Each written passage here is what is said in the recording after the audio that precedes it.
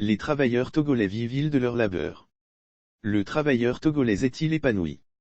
C'est la question à laquelle a tenté de répondre Gilbert Bawara, ministre de la fonction publique. Reçu ce mardi 2 novembre sur Victoire FM, une radio privée de la capitale, ce denier estime qu'il ne faut pas mesurer la question du bonheur uniquement par rapport au salaire. J'ai vécu une enfance très heureuse avec mes parents au village, à Sioux, nord du Togo. Ils étaient de pauvres paysans, mais nous étions heureux, soutient-il. Pour ce dernier, le bonheur ne doit pas être apprécié seulement sur le point de vue matériel ou financier. Tout est question de degré, certains sont sans emploi, donc désuvérés. En revanche, d'autres ont un travail et gagnent des salaires que nous pourrons considérer comme insatisfaisants, reconnaît M. Bawara. Et de poursuivre, je connais beaucoup de Togolais qui sont heureux, qui se lèvent tôt, qui se battent dans tous les secteurs d'activité, dans les champs, dans les administrations, dans les entreprises.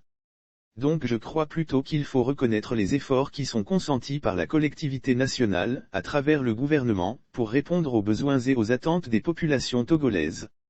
Dans son intervention, M. Bawara a par ailleurs vanté les mérites du gouvernement qui, soutient-il, consent beaucoup d'efforts en matière de recrutement dans la fonction publique en pleine pandémie.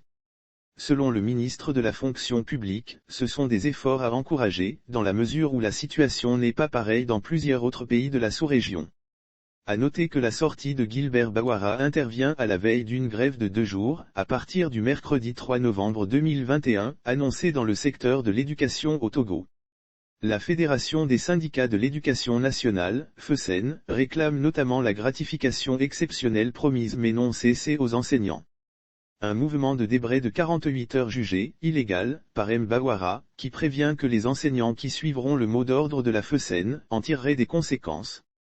Monsieur Oussimé n'est plus et ne peut plus être un interlocuteur crédible vis-à-vis du gouvernement, affirme ce dernier.